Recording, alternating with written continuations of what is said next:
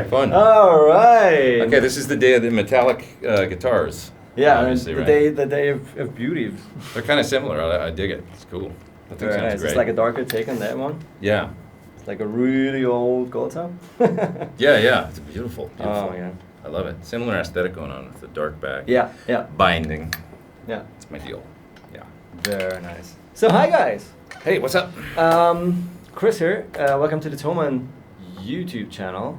We're back and we're still at GuitCon. And look who I've found. Hey, what's up? Pete Thorn, everybody. I asked Pete if he's okay with like a little talking about being a professional musician, because obviously it sounds very romantic.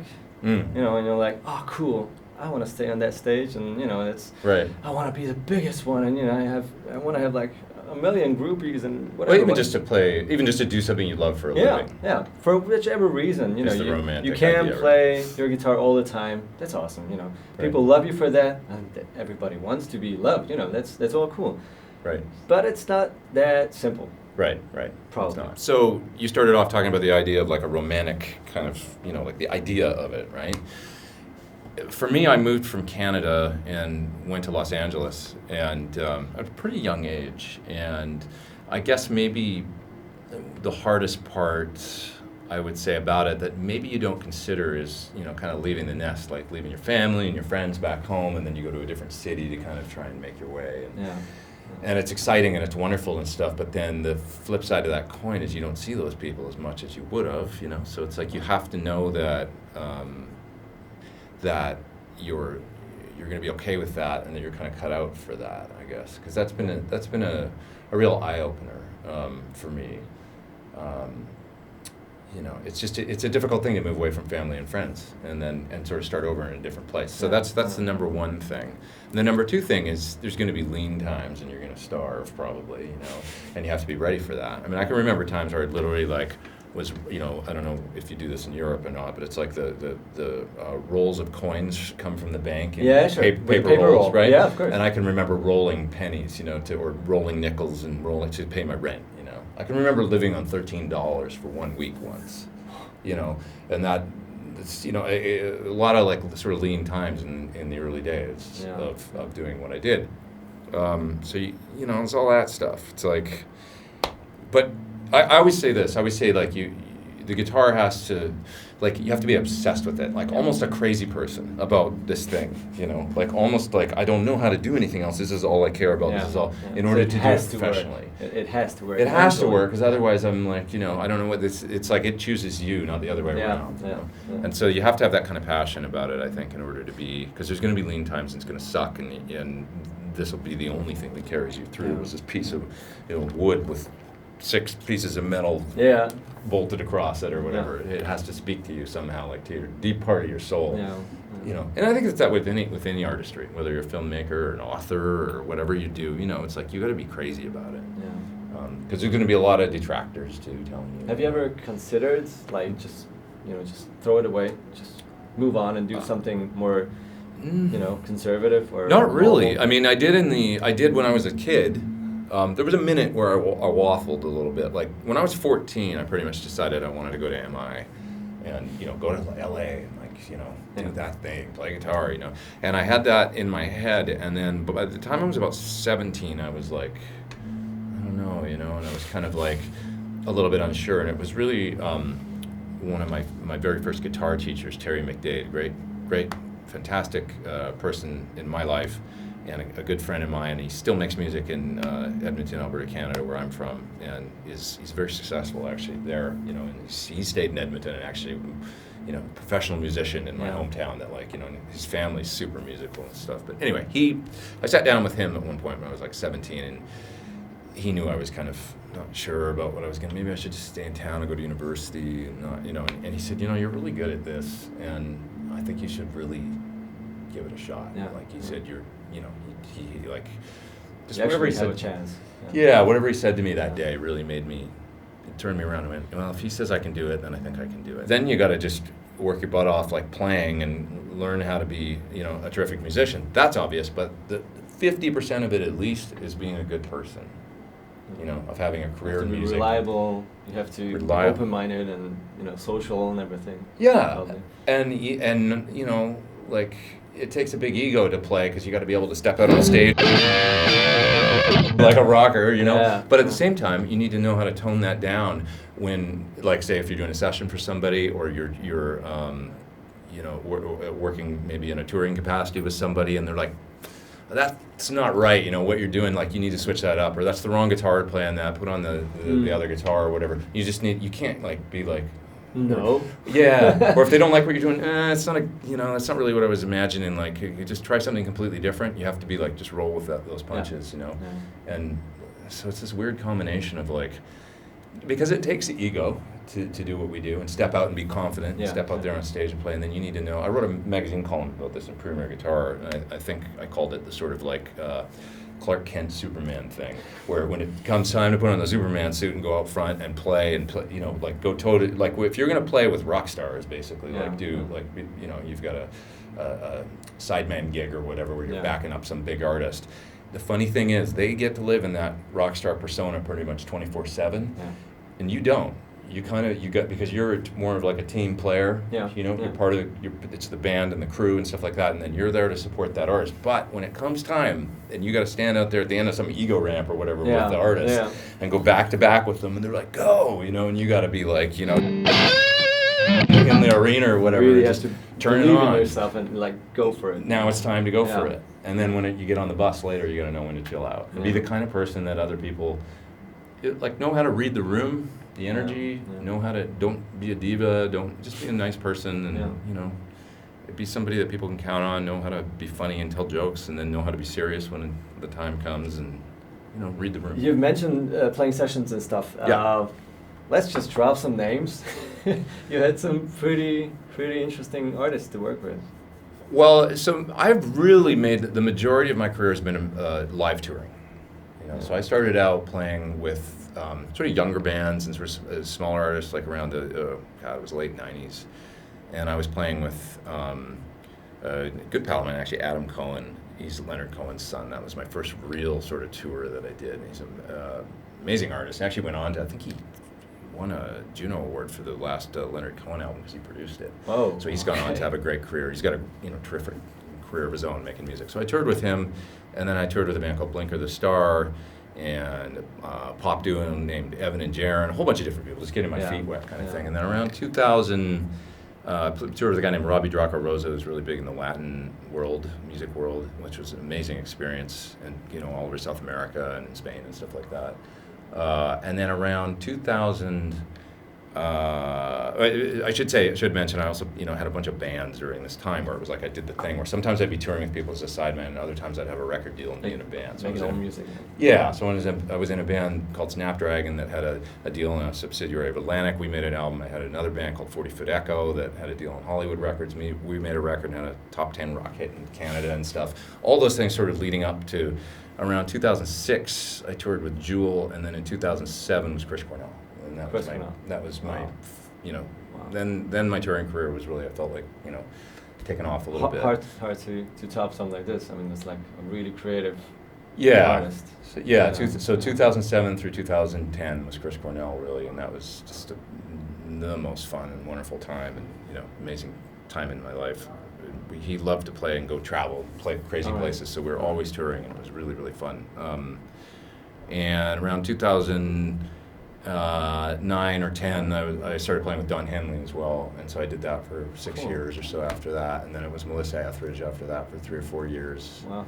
And then I started doing kind of the international thing where I would gig more with, 2013 I got a gig with Mylène Farmer, who's a big pop artist in France, very you know, big from years and years ago. She's a really interesting artist, actually. So I did that for 2013.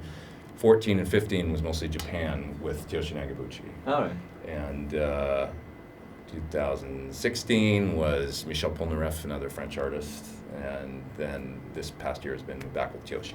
So that's it. That's my career in a nutshell. Sounds like a whirlwind. Yeah, it's just, well, you just got to stay working, you know. Yeah. Like, it's really just paying the bills, and you know, it's so that's the other thing, you know, the touring thing.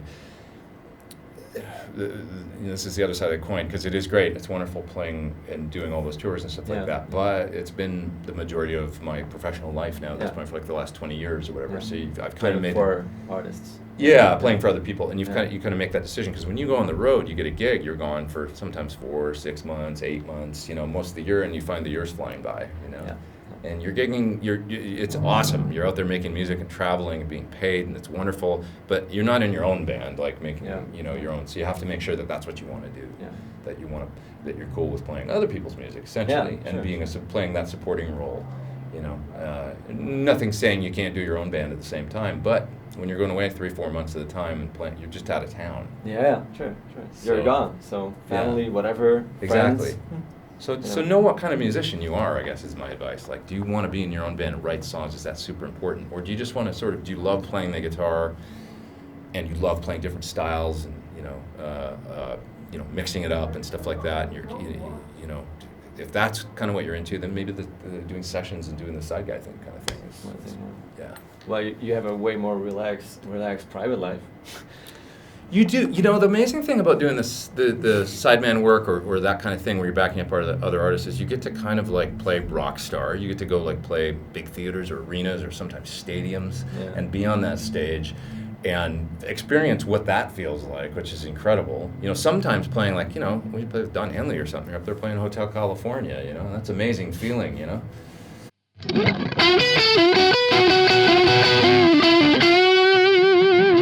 You get to bust into that solo or whatever. That's really fun. Nothing wrong with that, that's just great. Like, you're like, wow, don't suck now, play Hotel California. Whatever. It's just a really, really amazing feeling. You get to live in that moment for a minute and pretend you're Joe Walsh or whatever.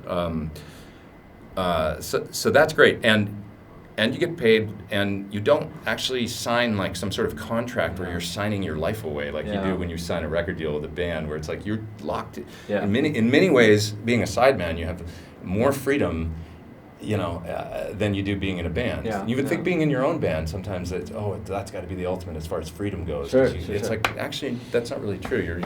Sometimes you're locked in. Hands are often bonded. Exactly. Like you have to really. Contractually. You have your deadlines, and you have your goals to achieve, and some pressure, of course. And come on, gotta be better than the last one. Exactly. Whereas when you're doing the sideman thing or sessions, you're a bit more of a soldier of fortune. Exactly. Yeah. Well, I want to show you my new guitar here too, please because do you that. guys, so I want to show you this guitar is basically my new sort of signature model that came out this year, and so I want to show you some of the sounds and stuff, because it's this is basically made out of what would be considered, I guess, Les Paul woods. Right. It's mahogany back and neck, and a maple top, rosewood fingerboard, and all that good stuff, and obviously has two humbuckers in it, and the Thornbucker pickups that we came out with a few years ago. Very sort of PAF lower output humbucker style, but it's a 25.5 scale, so more like that American solid body bolt on neck guitar situation. Trying to get a whole bunch of different sounds out of the guitar. So I wanted to have a guitar that I wouldn't have to switch to another guitar on stage for a whole night. I could play one guitar. So it'll do all the classic, bridge humbucker, neck humbucker.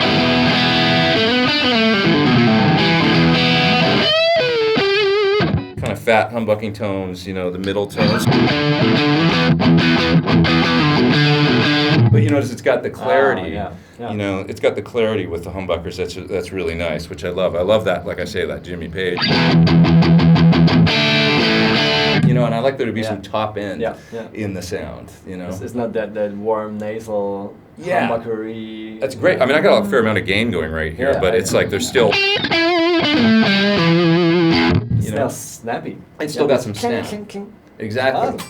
So that's what I love about these pickups. They're fat. They're just on the edge of like, is that a single coil? It almost could be, but it's not. It's humbucker, But then it's also got the, the kind of the single coil you can pull down and actually get it to clean up. This is,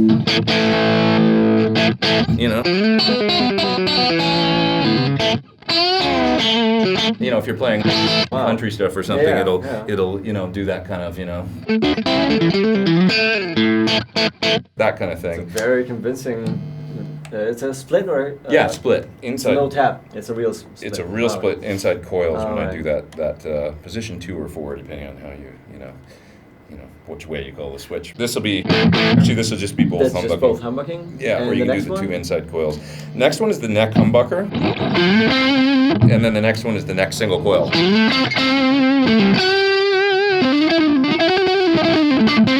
So it's just interesting. I just decided to do the up position on the switch to be single coil because I was using it a lot. I like the sound of this pickup tapped. Actually, that makes a lot of sense because Yeah. I know you for like HSS guitars. Yeah. Which you love for a very good reason. I mean, they're it's kind of best of both worlds.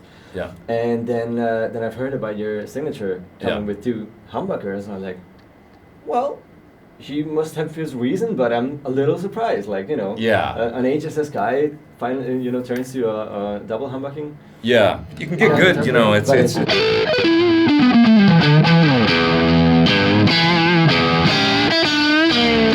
it's pretty convincing. It's all there. Yeah, it's all there. It doesn't. Wow. It's not exactly the same as a true single coil, but it's close enough for most. It's very close. For it's a really, stage guitar. Really authentic. Yeah. Very good. Yeah, and then the one last sound is parallel. So I can do the bridge humbucker in parallel. And this is it sounds to me like a fat, single coil.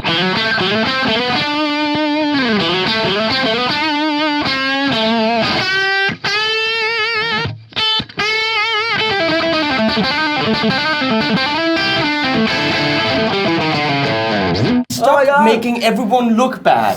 I'm not. This is not fair. I'm sorry, don't yell at me. He's You know how making we talked about everyone this. look bad. I know, but when Hey, you yell at me, I did not invite you You to should- make everyone look bad. You should just be happy that cry. you're not sitting here. because I know, I am because like, him, Tom Quayle, and How all these should guys, I play I don't now want to be in those videos. That's Henning, ladies and Bye gentlemen. bye. He's the reason we're all here. yeah, This thing that's together. true. That's some crazy stuff he managed to pull together. Oh my god. Where were we? Yeah. Oh, just talking about this. I mean, it really does have a lot, from a guitar this shape. but Right, yeah. Like a T-type sound. Yeah, somewhat Telecaster, for sure. Did I say that? Can I say that word? No? Well, I guess, yeah. I don't know. Yeah, But it's- it has this twangy, fat single coil sound. Yeah, exactly. And the thing I love about that is it stays hum canceling. So, the noise doesn't, but it, coils are still active. yeah. Definitely has that kind of almost, you're right, like it's sort of Tele type single coil Very bridge sound, like a nice. fat single coil. Well, now I totally get it. Why you've chosen this configuration and pickup. Yeah. Trying to be duo. versatile and be, It's- like if you got to take one guitar to a gig, it's gonna cover. Like no question. Yeah. That one. I mean, very nice. Yeah. You wanna jam a minute or two and then talk a little YouTube and then we'll say goodbye to all these folks. Yeah. What should we do? How do you feel? Bluesy, rocky? Yeah, you start something. I like it when you start something. Okay. I'll just play. Okay. Yeah. Whatever you feel. Let's see. Not to put how you I on the feel. spot, but you can always edit this. Well, as Henning told, whatever. You want to go A? Yeah.